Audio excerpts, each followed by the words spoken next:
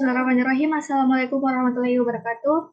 Terima kasih atas kesempatan yang telah diberikan. Di sini kami akan mempresentasikan hasil dari kerja kami, yaitu proyek 4 yang telah diberikan oleh dosen pengampu mata kuliah rekayasa perangkat lunak objek, yaitu Ibu Putri Lestari Lokapitasari Beluanu Eskom MT, di mana tugas proyek 4 ini yaitu menganalisa dan perancangan manajemen menggunakan Unified Software Development Process.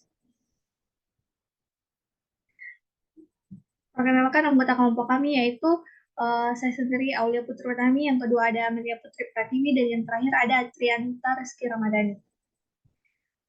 Oke, ketentuan fungsional yang pertama. Proses analisis dan perancangan aplikasi dengan menggunakan USDP dimulai dengan mendefinisikan atau menentukan persyaratan atau requirement. Persyaratan perangkat lunak dibedakan menjadi persyaratan fungsional dan persyaratan non-fungsional. Fokus pengembangan aplikasi ada pada persyaratan fungsional.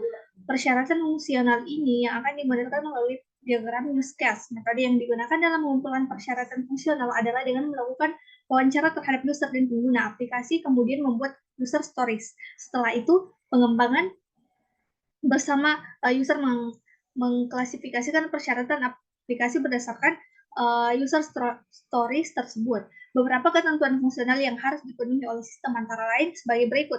Yang pertama, booking, yaitu sistem dapat menampilkan informasi mengenai tempat, kos, dalam kurung foto kamar, lokasi, fasilitas, dan daftar harga sewa kamar. Yang kedua, sistem dapat menangani pemesanan kamar secara online atau mungkin online.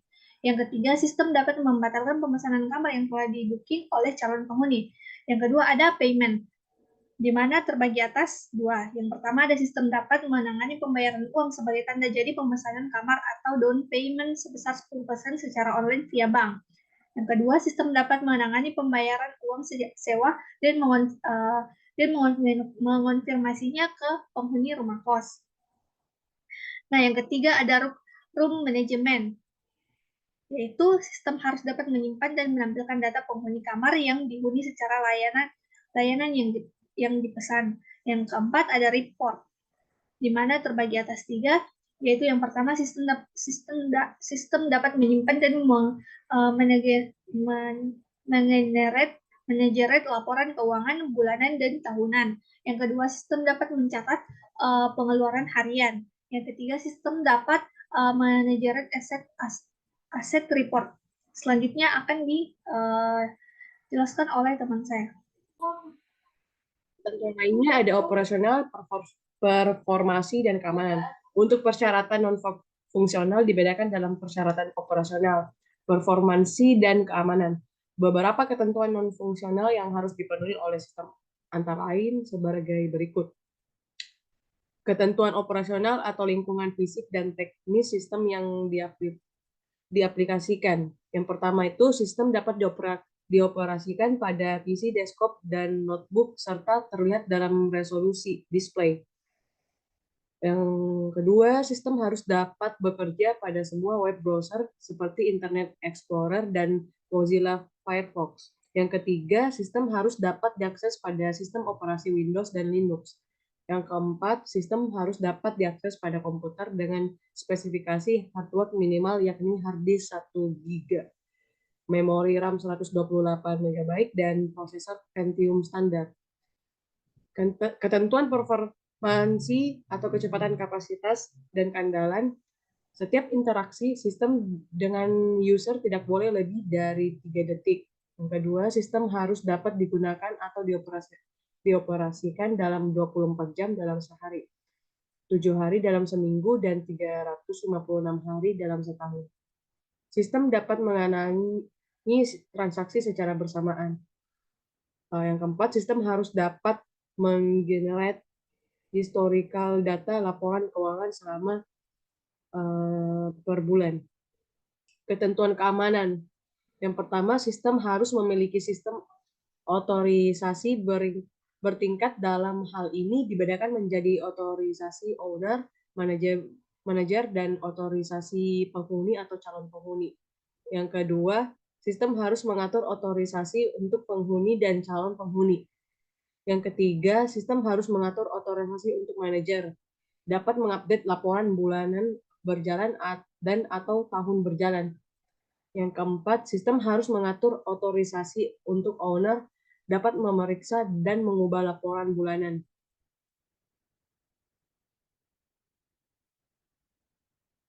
Baik, pemodelan fungsional digambarkan dengan use case diagram. USDP menekan pada model use case. Use case akan menggambarkan semua fungsional yang akan dibangun dalam aplikasi. Use case diagram akan menjadi pedoman untuk langkah-langkah analisis dan desain selanjutnya. Berikut ini adalah use case diagram dari aplikasi dormitory manajemen berbasis web. Dapat dilihat dari gambar 1 dan gambar kedua. Diagram kelas pada gambar ketiga merupakan model statik yang menggambarkan semua kelas dan hubungan di antara kelas yang bersifat konstan dan dalam sistem sepanjang waktu. Building block utama dari kelas diagram adalah kelas yang menyimpan dan mengelola informasi dalam sistem. Selama fase analisis, kelas mengacu pada people, place, event, dan suatu sistem yang menangkap informasi. Pada fase desain dan implementasi, kelas mengacu pada artefak seperti Windows, form, dan objek lain yang digunakan untuk membangun sistem. Atribut dari sebuah kelas dan nilainya menggambarkan keadaan sebuah objek yang dihasilkan dari sebuah kelas, sedangkan perilaku diwakili oleh operation. Pemodelan behavior disajikan dengan menggunakan diagram sequence. Bisa dilihat dari gambar 4 dan gambar 5. Berikut adalah gambar sequence dari beberapa proses utama dalam aplikasi. Desain data management layer termasuk akses data, manipulation, logik beserta desain aktual dari storage. Komponen data storage dari data management layer mengatur bagaimana data harus disimpan dan digunakan oleh program yang menjalankan sistem. Terdapat dari 4 tipe dasar dari objek persistence format yang bisa digunakan untuk menyimpan objek yang sebuah sistem aplikasi, yaitu sequential atau random, object oriented database, dan relational database.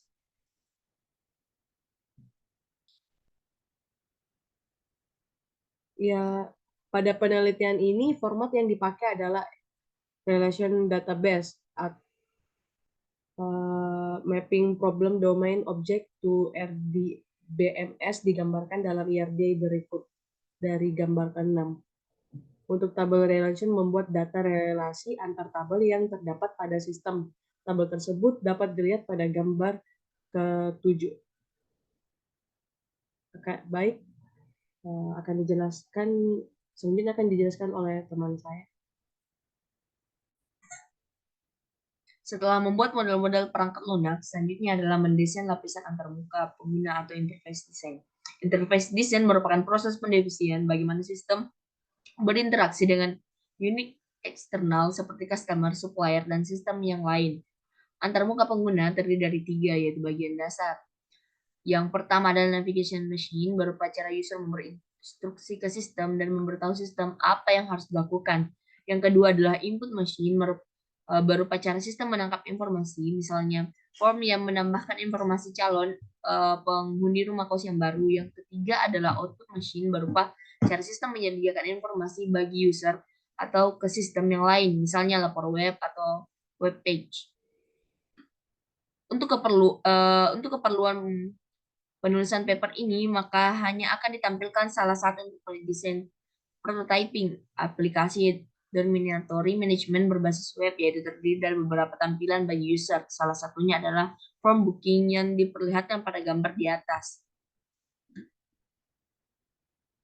Nah, untuk gambar desain navigation dari website yang akan dilihat di visor dapat dilihat gambar di atas. Lapisan desain fisikal arsitektur aplikasi dormitory management berbasis web ini menggunakan metode client-server arsitektur untuk menjaga keseimbangan proses antar klien dan server yang memiliki fungsi aplikasi masing-masing. Klien bertanggung jawab atas presentation logic, sedangkan server bertanggung jawab atas data, akses logic, dan data storage.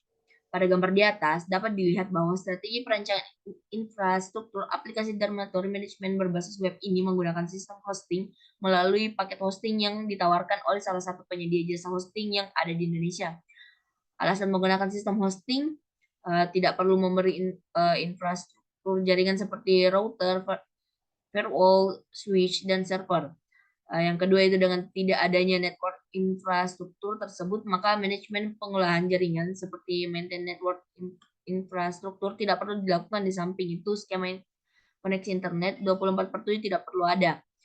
Menekan operational cost terkait analisis dan desain perangkat lunak yang akan dikembangkan. Proses penentuan persyaratan merupakan proses yang sangat penting untuk dilakukan. Proses ini harus melibatkan semua stakeholder yang terkait dalam pengembangan aplikasi. Keterlibatan user bersifat mandatory saat proses ini dilakukan. Aplikasi dormitory management berbasis web dapat meningkatkan pengawasan owner, memudahkan site manager membuat laporan sehingga pada akhirnya mengoptimalkan efisiensi proses bisnis pengolahan rumah sakit.